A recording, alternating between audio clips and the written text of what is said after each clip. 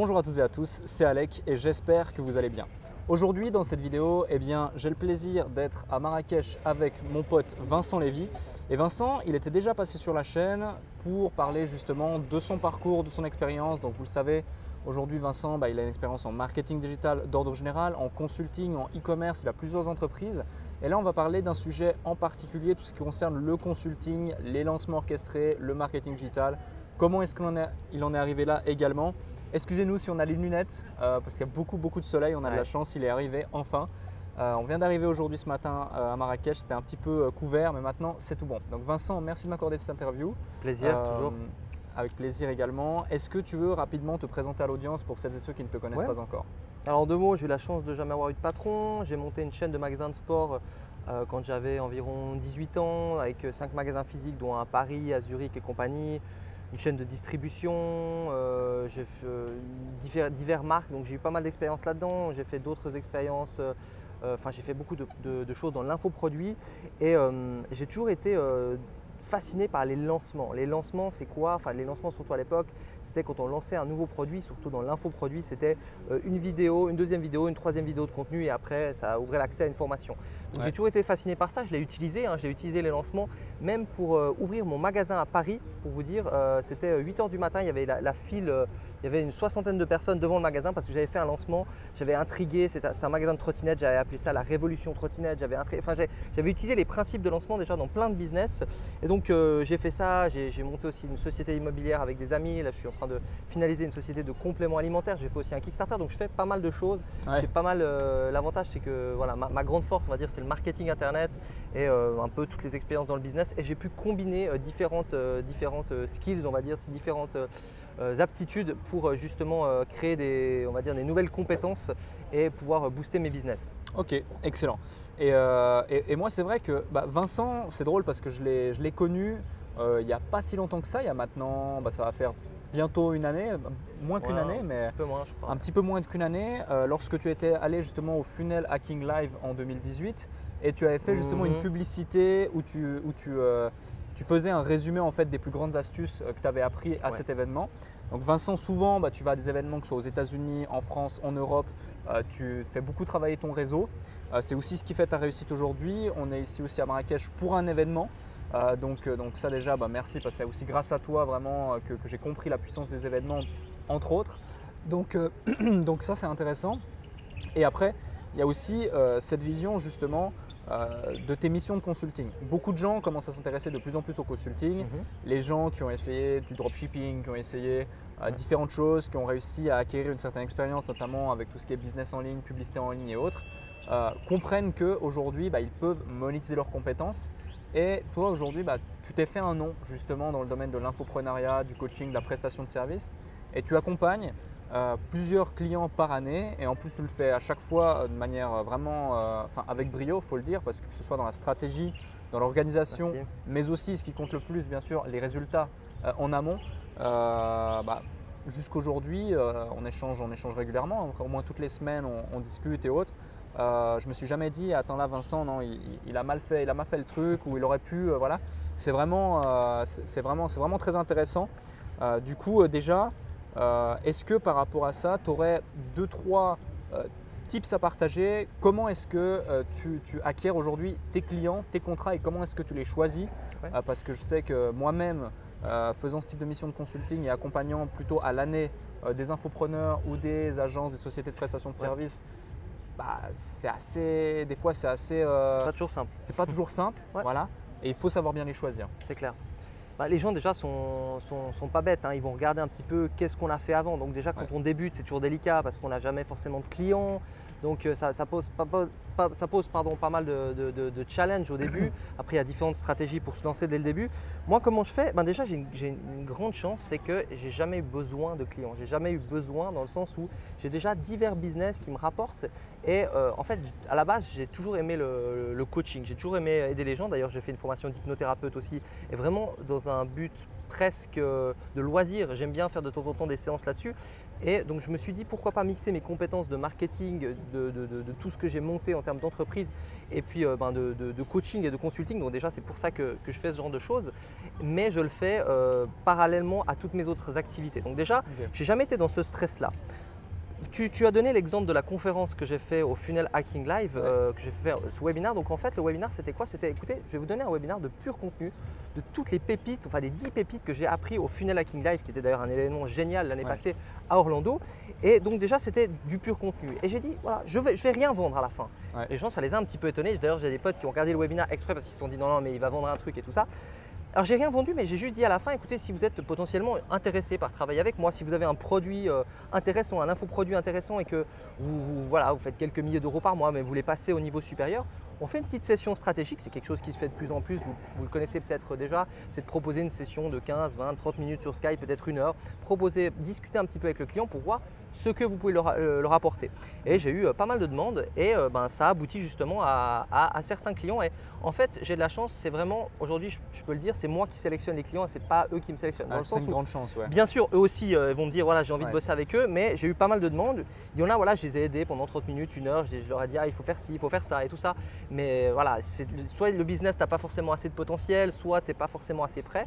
Et il y a des gens, je suis tombé sur des pépites, des gens qui étaient prêts, qui en voulaient, qui avaient des business super intéressants. Et du coup, voilà, je leur ai dit, moi, je peux te proposer ça, ok. Et du coup, ça s'est fait un petit peu comme ça. Donc, c'est vraiment cette approche-là où déjà il n'y a pas de stress et je pense que le client il le sent quand vraiment tu as envie de… Tu sais, on parle de closer, d'apprendre à vraiment pousser, de vendre très très fort et je pense que ça marche, on peut faire rentrer pas mal de contrats comme ça. Mais quand on a le luxe de dire voilà, on pourrait bosser ensemble, écoute, rappelle-moi la semaine prochaine. Enfin, le client le sent et même il voit les résultats qu'on a eu avec les autres business et du coup, il y a pas mal de gens encore aujourd'hui qui me contactent en me disant je sais que tu normalement bosses plus vraiment, est-ce que tu fais… Alors des fois je fais juste des petites prestats consulting ou coaching pendant peut-être 1 ou 2 mois qui ne me prennent pas forcément beaucoup de temps. Mais voilà, il y a différentes manières de faire. Et pour moi, la tips peut-être que je pourrais donner, une des tips pour ceux qui débutent, c'est tout bête, hein, c'est tellement bête, mais c'est que c'est tout simplement d'aller voir quelqu'un et de lui dire voilà ce que vous pouvez faire et lui dire écoute, mets-moi au défi, je vais travailler gratuitement pour toi pendant 1 mois. Et oui, vous allez devoir bosser gratuitement pour quelqu'un potentiellement. Mais si vous sélectionnez la bonne personne, si vous savez que si vous êtes confiant dans vos compétences et vous avez intérêt à être confiant dans vos compétences, si vous voulez faire du consulting, que vous arrivez à sélectionner une personne, pas une personne qui débute avec lequel vous allez peut-être faire x2, s'il fait 5 euros, vous faites 10 euros, voilà, vous comprenez, c'est pas le but. Mais si tu trouves un mec, vous allez voir un gars qui est déjà bon dans Internet et puis vous dites voilà, moi je suis spécialisé dans la création de séquences emailing par exemple, c'est ma spécialité, je ne fais pas un peu tout et n'importe quoi, je fais ça. Et puis vous allez voir un des grands de ce milieu-là et puis vous lui dites voilà, moi je te propose de revoir une de tes séquences pour 1 mois et je te le fais gratuitement. Et après on regarde. Alors peut-être qu'il va vouloir après bosser avec vous parce qu'une fois que la presta est finie, il va vouloir bosser avec vous. Donc ça peut-être vous allez avoir un client après, mais évidemment le deal c'est quoi? C'est que vous le faites gratuitement, mais en échange, s'il est satisfait, il a un témoignage. S'il n'est pas satisfait, tant pis pour vous, vous avez mal bossé, c'est votre faute. S'il est satisfait, vous allez avoir un témoignage, mais pas de n'importe qui, de quelqu'un qui a vraiment du poids. Et non seulement il va y avoir un témoignage, mais si vous avez bien bossé, cette personne, il sait comment vous avez bossé. Et il va vous recommander. Alors oui, c'est long, oui, c'est chiant, oui, on n'aime pas bosser gratuit, oui, ça fait peur de bosser gratuitement, mais c'est l'une des manières pour potentiellement, on va dire, voilà, si vous avez vraiment envie de vous bouger le cul, de potentiellement commencer à décrocher même un seul contrat. Parce qu'au début, on sait comment c'est. Il y a des gens qui me contactent, qui me disent ouais, moi je fais telle prestation. Avec qui tu as bossé? Ah, je débute. Est-ce que tu as des exemples à me donner? Non. Mais forcément qu'on ne va pas bosser avec ces gens-là. Et curiosité, quel a été ton premier contrat ou en tout cas ton premier élément qui t'a constitué un track record concrètement?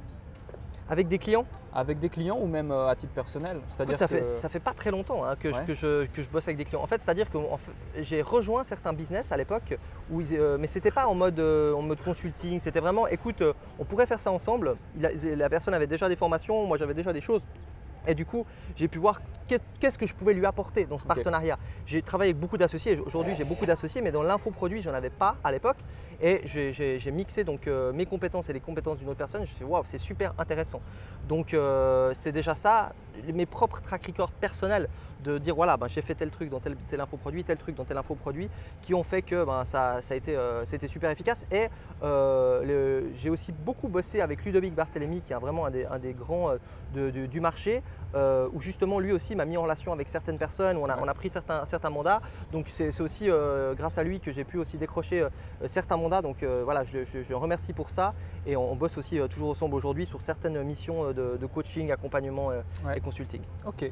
Et lorsque tu as un client qui vient ou quelqu'un, tu vois un profil qui t'intéresse, parce que nous des fois actuellement, tu sais, on suit des clients, mais à l'année, après tu vois certaines opportunités, tu te dis bon là tu as le système qui est mis en place, on pourrait peut-être diversifier avec telle ou telle niche, des fois même on en parle ensemble. Enfin, voilà, quels sont les prérequis, s'il y en a, qui vraiment sont à ton sens vraiment indispensables? Pour donner un ordre d'idée dans mon cas, c'est que d'une part, la source de revenus de la personne principale, soit en tout cas dans l'expertise qu'elle souhaite monétiser, si elle souhaite monétiser une expertise, imaginons un faux produit, il faut que, voilà, par exemple, prenons le cas du trading, il faut que sa source de revenus soit réellement les gains sur les marchés financiers et non pas la vente de formation au trading par exemple. D'autre part, il faut qu'il y ait une base de followers, d'abonnés ou en tout cas une communauté qui a été vraiment engagée et qui est engagée et qui a un potentiel. Il faut aussi d'autres prérequis, création de contenu, financement des ads par exemple. Voilà, ça c'est mon cas. Quels sont tes prérequis dans ton cas et quels sont les prérequis que tu pourrais conseiller ou considérer à quelqu'un qui souhaite se lancer dans ce type d'activité, que ce soit sur du consulting digital marketing ou d'autres types de consulting? Alors dans l'accompagnement de lancement, ça va être peut-être un peu différent que dans les prestations de pure consulting. Le pure consulting, c'est voilà, vous avez votre tarif horaire par exemple, vous avez votre promesse. Et puis, alors le tarif horaire, c'est facile, tant pis, la personne, elle vous prend, elle vous paye, voilà. Il y a résultat ou pas résultat, c'est du tarif horaire. Si vous vendez une promesse, là, vous ne pouvez pas sélectionner n'importe qui parce que du coup, si vous n'arrivez pas à délivrer, ça va être un petit peu délicat. Maintenant, dans l'accompagnement d'infoproduits, de lancement, c'est clair qu'il y a des gens qui arrivent, j'ai l'idée du siècle, c'est le produit de malade, mais ils n'ont pas encore fait de vente. Alors oui, peut-être que c'est l'idée du siècle, mais c'est délicat parce qu'on ne sait pas comment ils vont réagir, on ne sait pas comment ils vont nous donner du contenu, on ne sait pas comment ils vont passer à la caméra, on ne sait pas si ça va marcher. Donc forcément, oui, un peu comme toi, il faut déjà qu'ils aient fait des ventes. Moi, tous les gens que j'accompagne, ils ont déjà des infoproduits qui ont été lancés à une exception près parce qu'on a un deal très spécial avec une personne, mais tout le reste, c'est des gens qui font déjà du business depuis un moment sur le marché. Et du coup, forcément, j'analyse un peu le business. S'ils sont dans une toute petite niche où on a beau faire tout ce qu'on veut et on ne va pas faire du x10, je vais peut-être leur dire écoute, voilà, je vais leur donner des conseils, mais je vais leur dire voilà, peut-être fais-le de ton côté.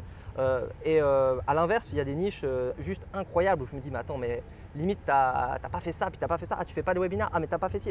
Et là je me dis quoi, tu fais déjà tel chiffre, tu as déjà tel nombre de personnes sur ton blog, mais bon, alors, il y en a peu des clients comme ça, mais il y a certains clients, c'est magique. Gens, parce qu'on sait qu'avec peu d'investissement et peu de levier, on va faire des choses incroyables et ce sera du win-win pour tout le monde. Ça, c'est les clients rêvés. Les petites perles. Mais en même temps, c'est les clients rêvés, mais parce qu'on a des compétences de fou, il faut le dire. Parce qu'aujourd'hui, il y a tout le monde. En fait, moi j'ai remarqué un truc qui est assez drôle. Énormément de gens ces dernières années ont suivi des formations. Infoproduits, dropshipping. Donc ces gens-là, ils savent à peu près comment faire un Shopify, ils savent faire de la publicité Facebook.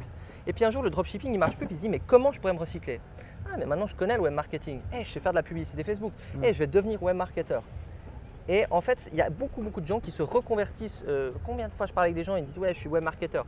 Parce que justement, ils ont appris un petit peu ça et puis du coup, tout de suite, ils s'improvisent web marketeur. Alors, il y en a sûrement qui sont excellents. Mais le problème est que en fait, ça débouche sur une génération de milliers de gens qui savent à peu près faire du marketing, un petit peu près faire de la publicité Facebook. Alors oui, ils pourraient vendre leurs prestations à plein de commerces locaux. Enfin, il y a clairement de quoi faire, mais des fois, ils veulent tout faire. Ils sont prestataires, ils font du ClickFunnels, ils font des tunnels de vente, ils font de la publicité, ils font tout ça. Et du coup, ils spécialisent en rien. Donc là aussi, on revient sur, vous voulez faire du consulting, spécialisez-vous dans un domaine. On parlait par exemple de la séquence, de créer une séquence de emails. Enfin, vous êtes spécialisé, vous allez rédiger les emails, vous allez les mettre de tel truc, il va y avoir des split tests, il va y avoir des analyses de type de sujet. C'est votre expertise et vous êtes très bon là-dedans parce que vous avez vraiment poussé très loin. Maintenant, si vous faites ça, plus ça, plus ça, plus ça, déjà forcément, vous allez être moins bon parce que ça dilue entre guillemets un petit peu, vous ne pouvez pas être partout. Mais en plus, pour la personne qui va vous engager, ce ne sera pas le spécialiste dans tel domaine, mais ce sera un web marketeur. Et il y en a tellement de web marketeurs aujourd'hui qu'à moins d'avoir un gros nom, c'est super délicat. C'est vrai que c'est difficile de se démarquer, sauf si effectivement tu fais de très gros résultats avec tes clients et que tu arrives à mettre en place des systèmes. Parce que moi je considère, peut-être qu'on a le même avis ou pas, je ne sais pas, mais moi j'accompagne très peu les clients dans les lancements et je fais très peu de lancements avec mes propres business. parce que je trouve que c'est assez éphémère comme type de business, ou alors tu dois relancer à chaque fois, tu dois remobiliser des gens. Je préfère créer un système beaucoup plus solide, beaucoup plus pérenne, avec soit de la publicité, soit de l'organique, soit du SEO. Enfin voilà, quelque chose qui me permet. Je préfère gagner, imaginons, 4 000 € tous les jours pendant une année que de faire un coup à 2 millions ou 4 coups à 500 000 durant l'année. Ça, c'est ma vision des choses, notamment lorsque je gère plusieurs mandats et plusieurs clients. Ça permet de lisser une performance sur le global et puis aussi de minimiser ton risque indirectement. Après, c'est vrai que je considère, voilà, peut-être qu'on n'a pas le même avis, que c'est plus compliqué de lisser justement une performance et de faire un business qui est pérenne et qui, au fur et à mesure du temps, va continuer soit à croître, soit à justement t'apporter un certain revenu minimum mais convenable quand même, que de faire un gros one-shot avec un lancement et puis bombarder, peut-être même sortir des arguments qui sont un petit peu what the fuck des fois. Donc voilà, ouais. C'est vrai que c'est un choix sur le long terme. Hein. Est-ce que moi je préfère faire un coup à 2 millions ou 4 000 par mois sur X années? Alors les 4 000 par mois sur X années, le côté revenu passif sur Internet, on sait tous que maintenant, voilà, tu lances une pub parce que tu fais un tunnel en evergreen, mais la pub, il va falloir constamment la renouveler. Bien sûr. Donc il y a quand même un vrai travail. C'est un réel travail. C'est compliqué de faire du vrai evergreen comme ça. Et les lancements, c'est probablement plus facile. Donc moi, j'aurais tendance… En fait, c'est drôle parce qu'il y a plusieurs gros infopreneurs qui disent « j'arrête les lancements ». 3 mois après, en fait, je reprends les lancements. Parce que ça fait rentrer beaucoup de cash quand même. Donc il faut les deux. Parce que entre les lancements, si vous en faites un par année, ben, c'est compliqué, il n'y a pas de revenus qui rentrent. Donc je pense qu'il faut mixer les deux. Tu vois. Ou tu peux faire de l'evergreen avec des promotions exclusives qui indirectement sont des lancements avec tu sais, une scarcity quand même déjà mise en place et autres. Mais ça n'aura jamais le même impact que, ça n'aura pas le même impact. Le gros score du gros lancement, avec le vrai truc, avec la vraie date. On sait, on l'a vu maintenant, entre la différence entre les webinars evergreen et les webinars live, il y a une différence sur les ventes.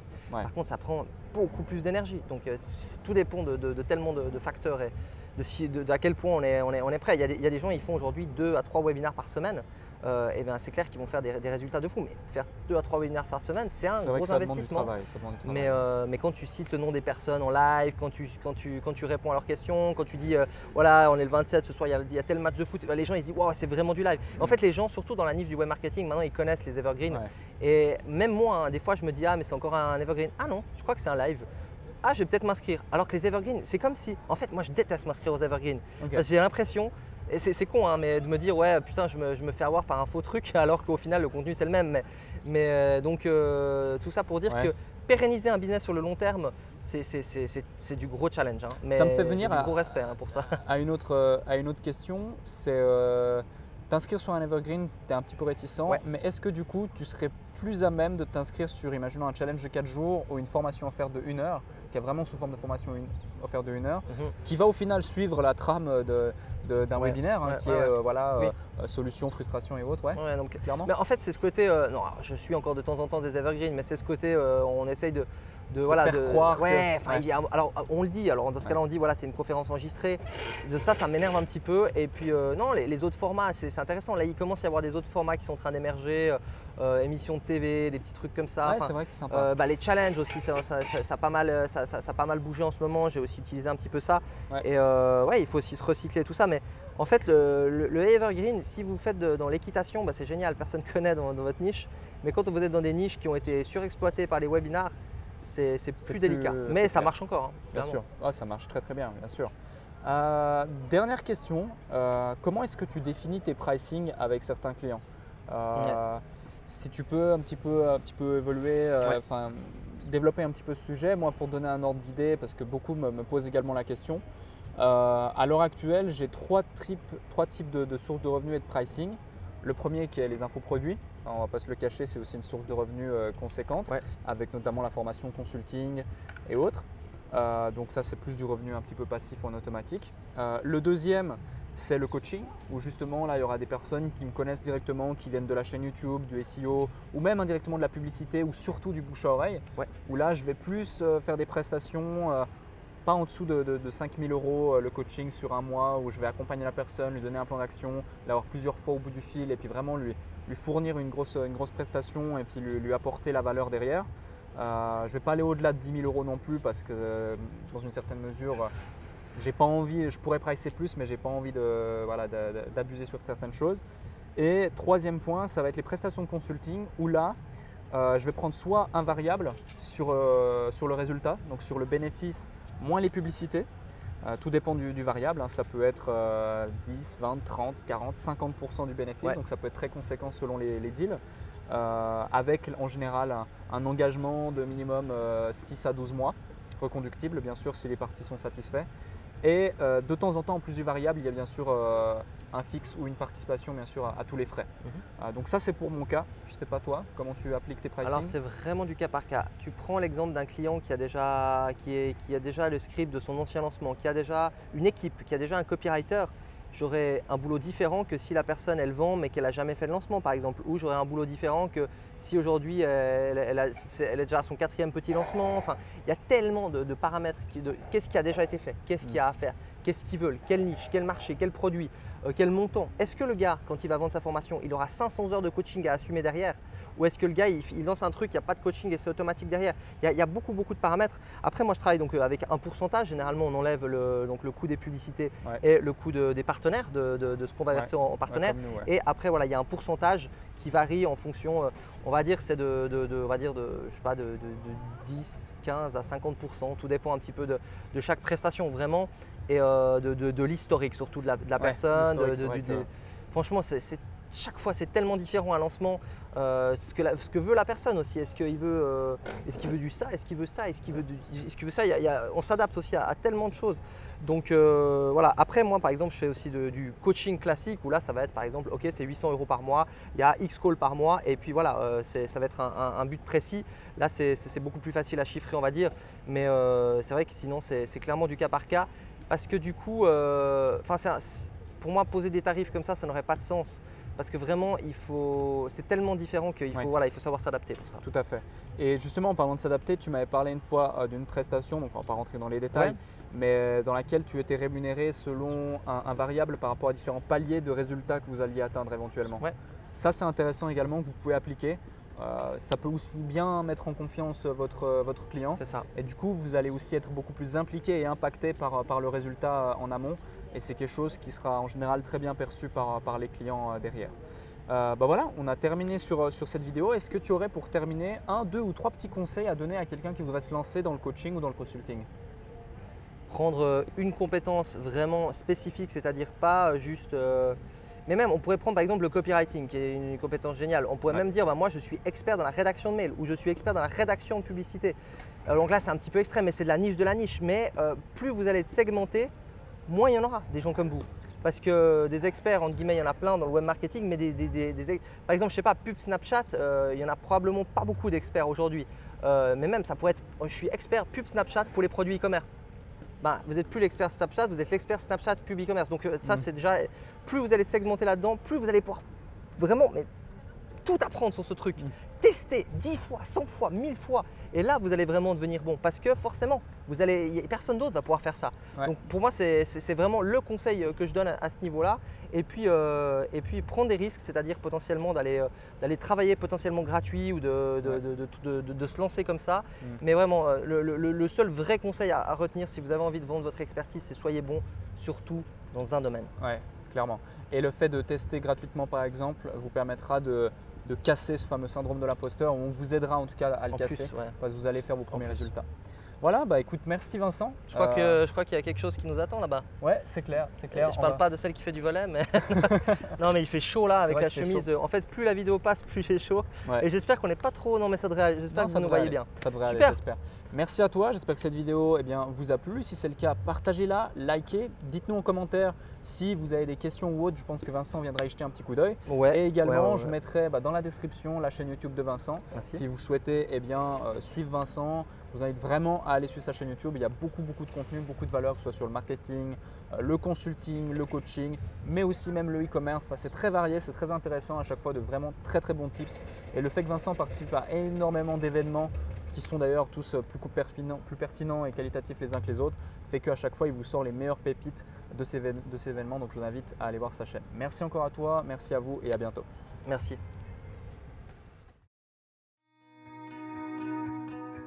Thank you.